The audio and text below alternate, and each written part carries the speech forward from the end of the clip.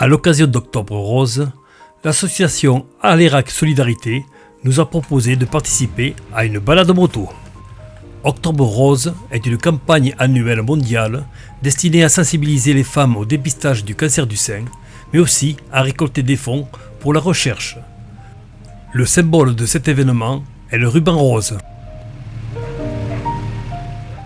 Ça y est, le départ de notre balade est lancé. Nous devons cette balade à deux copains, Patrick et Jani, qui nous ont encadrés et guidés tout le long du trajet.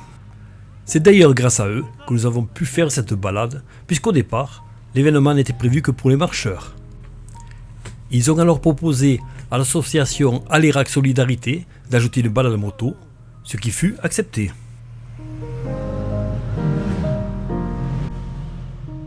Nous roulons tranquillement sur l'avenue du Stade, que nous quittons à ce carrefour.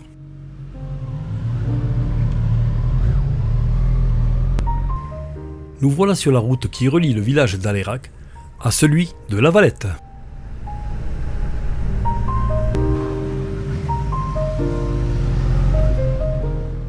Nous traversons La Valette pour rejoindre la route de Limoux.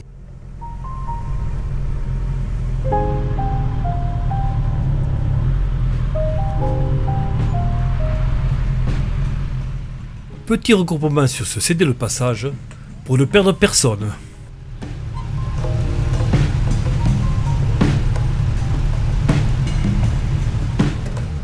Tout le monde est là, nous pouvons repartir.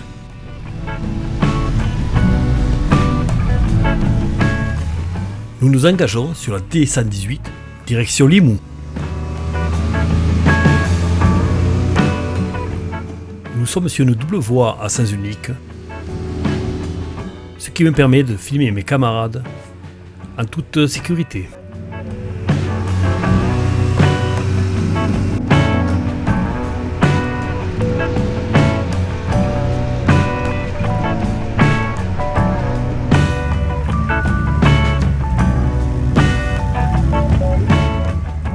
À ce rond-point, nous prendrons la troisième sortie à gauche, direction Pomat.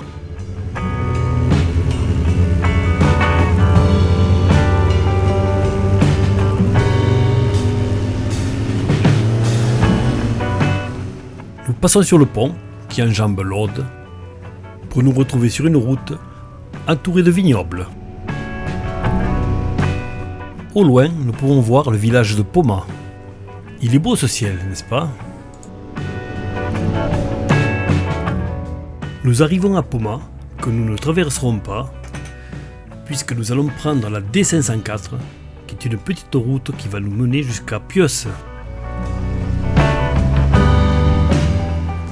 Je vais en profiter pour filmer quelques participants sur leur moto, pour qu'ils aient quelques souvenirs de cette belle balade. Cette petite route est étroite, mais pas désagréable, parce que nous avons pas mal de végétation autour de nous. Et comme c'est l'automne, les couleurs sont vraiment changeantes. Nous revoilà à nouveau entourés de vignes, mais attention, sur ces petites routes, il faut être vraiment prudent, parce que voilà ce qui peut arriver. Un chasseur a laissé ses chiens en liberté. Heureusement, nous les avons aperçus, ce qui nous a permis de passer au ralenti cette portion de route pour ne pas risquer une chute. Ces pauvres chiens étaient plus effrayés qu'agressifs.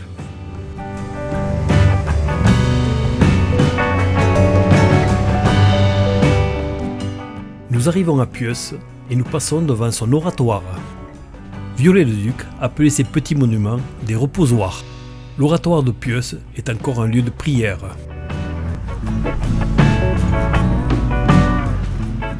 Petit regroupement dans ce carrefour de Pieusse pour laisser la D504 et prendre la D104 pour rejoindre Limoux. Toujours dans Pieusse, je profite de ce ralentissement pour prendre les images de mes camarades que je n'avais pas encore filmées. Ils seront bien contents de se revoir par la suite. Nous voilà sur le rond-point qui annonce notre arrivée imminente à Limoux.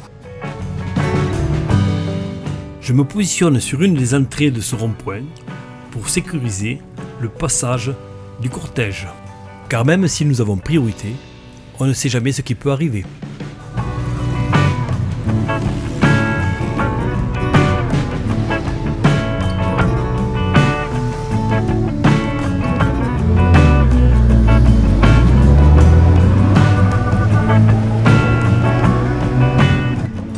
Nous passons devant la basilique catholique Notre-Dame de Marseille, de style gothique méridional 14e et 15e siècle.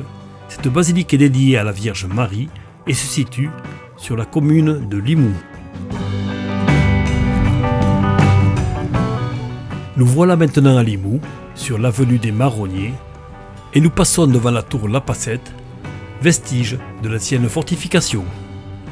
Un gros chantier a été engagé pour sûrement mettre en valeur cette très belle tour.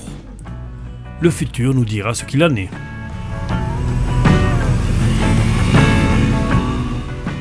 Nous sécurisons ce carrefour pour favoriser le passage des motos en toute sécurité.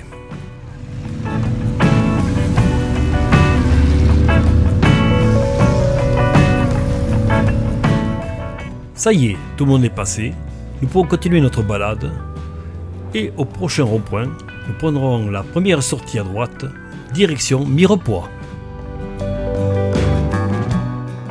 Après avoir traversé la commune de Loupia, nous roulons sur des petites routes sinueuses, entourées de beaux paysages. Et au détour d'un virage, de beaux vignobles accrochés sur les coteaux nous offrent une vue exceptionnelle. À mon avis, ces vignobles sont destinés à la production de la blanquette de Limoux. N'oublions pas qu'il y a aussi le crément de Limoux et un vin tranquille nommé le Limoux. Ça en fait déjà pas mal.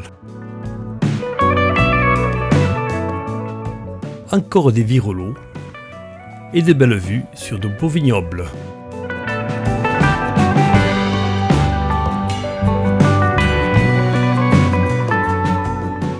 Lors de notre balade, nous aurons droit à de beaux panoramas comme celui-ci.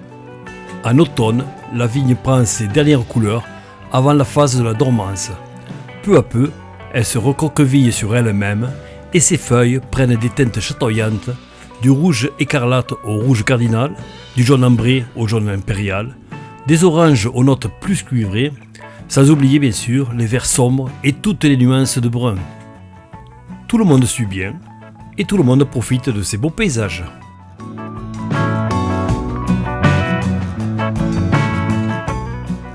Avant d'arriver au village de Côteval, nous nous retrouvons en plein milieu d'un élevage de bovins. Il s'agit de la GAEC de Millau.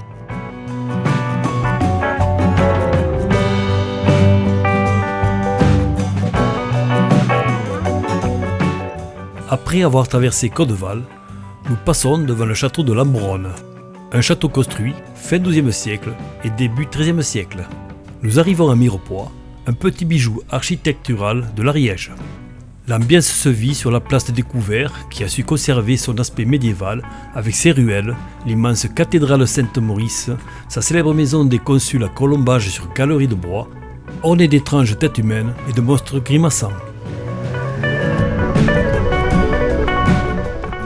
Comme nous sommes trop de motos, nous ne ferons pas la pause dans le centre historique de Mirepoix.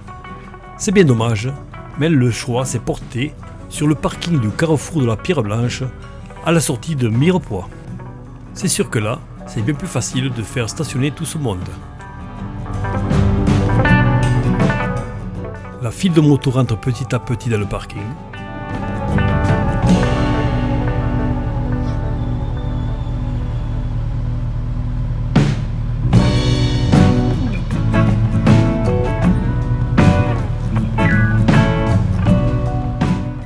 La colonne que l'on peut voir sur la droite au bord de la route est un obélisque napoléonien. Il s'agit d'un monument commémoratif pour la construction de la route impériale.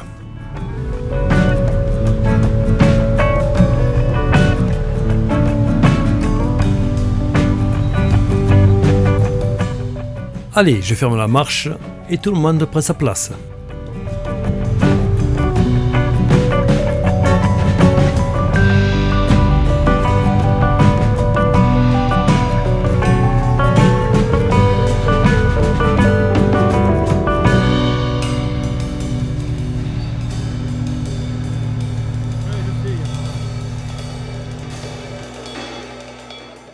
Maintenant, place à la discussion, sans oublier les fumeurs qui attendaient cette pause.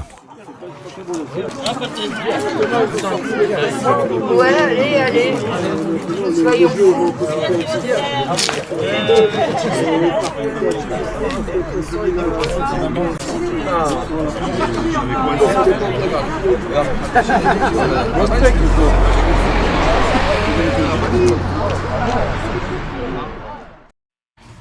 La pause est finie, nous rentrons maintenant à Alérac.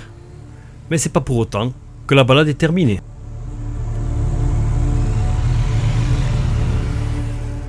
Nous sécurisons la sortie des motos du parking, sans oublier de remercier les automobilistes que nous avons bloqués.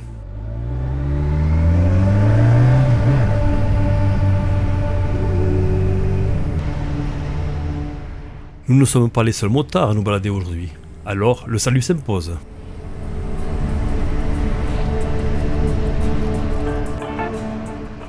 Le signe que fait le copain devant moi signifie qu'il y a un radar en approche.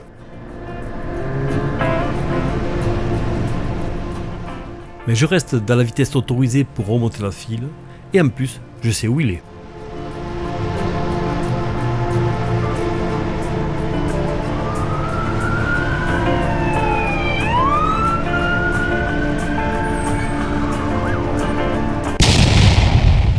Voilà, c'est réglé.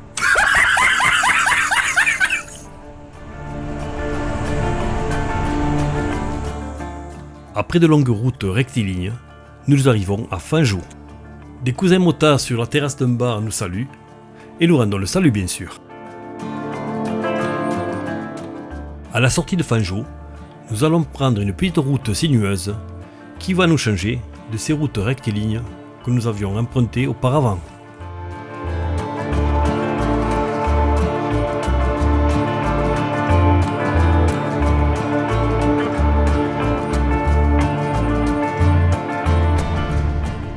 C'est sûr, ce ne sont pas les petits vérolos que l'on trouve dans nos montagnes, mais c'est tout de même plus sympathique que ces routes bien droites.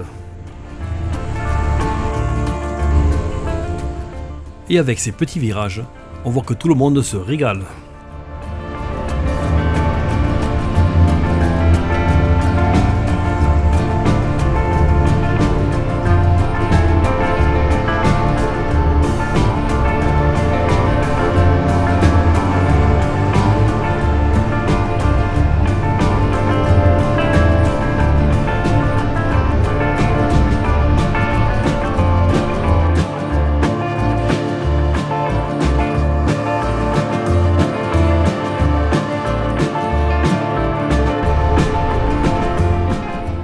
Au prochain rond-point, nous allons prendre la première sortie à droite qui va nous permettre de rejoindre la commune de Montréal.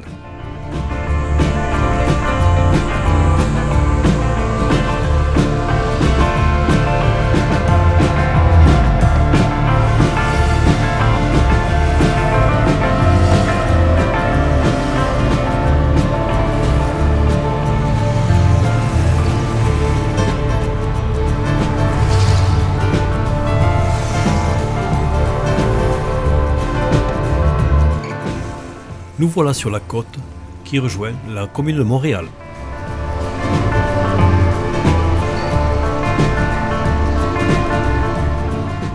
Ça y est, nous y sommes, nous rentrons dans Montréal.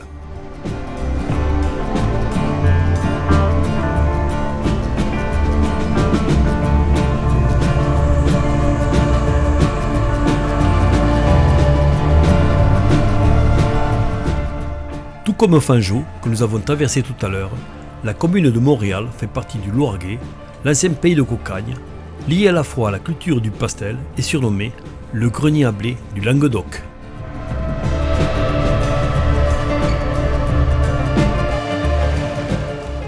Et une dizaine de kilomètres plus loin, nous rentrons dans Alérac.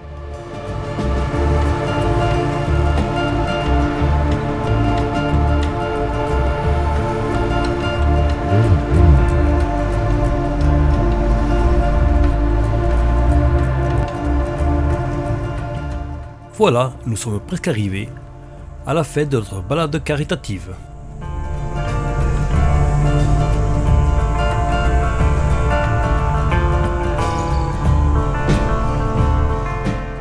Mais ce n'est pas tout. Voilà ce qu'il faut savoir de cette journée. Ce dimanche 12 octobre 2025, Carole Blé et son association Alérac Solidarité ont organisé une journée au profit de la Ligue contre le cancer. Octobre Rose à Alérac a permis de récolter 1700 €. Plus de 150 personnes ont répondu à l'appel. La randonnée moto a rassemblé 31 participants pour un périple de 95 km à travers les villages. Ce qui n'est pas mal pour sa première édition. Côté marche, 103 marcheurs ont participé selon leur choix à une des 2 marches, une d'1 heure et l'autre de 2 heures. Un grand merci à tous les participants.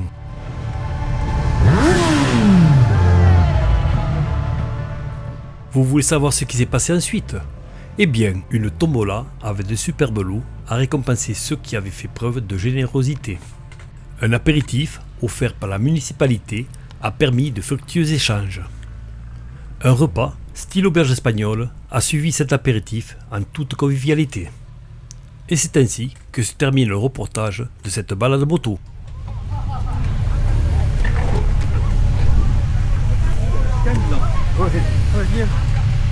Ouais, ils sont, vraiment. Heureusement. Je ne pas.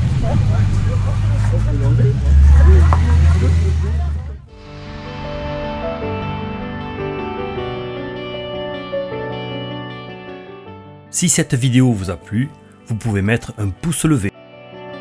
Vous pouvez aussi vous abonner, cela fait toujours plaisir.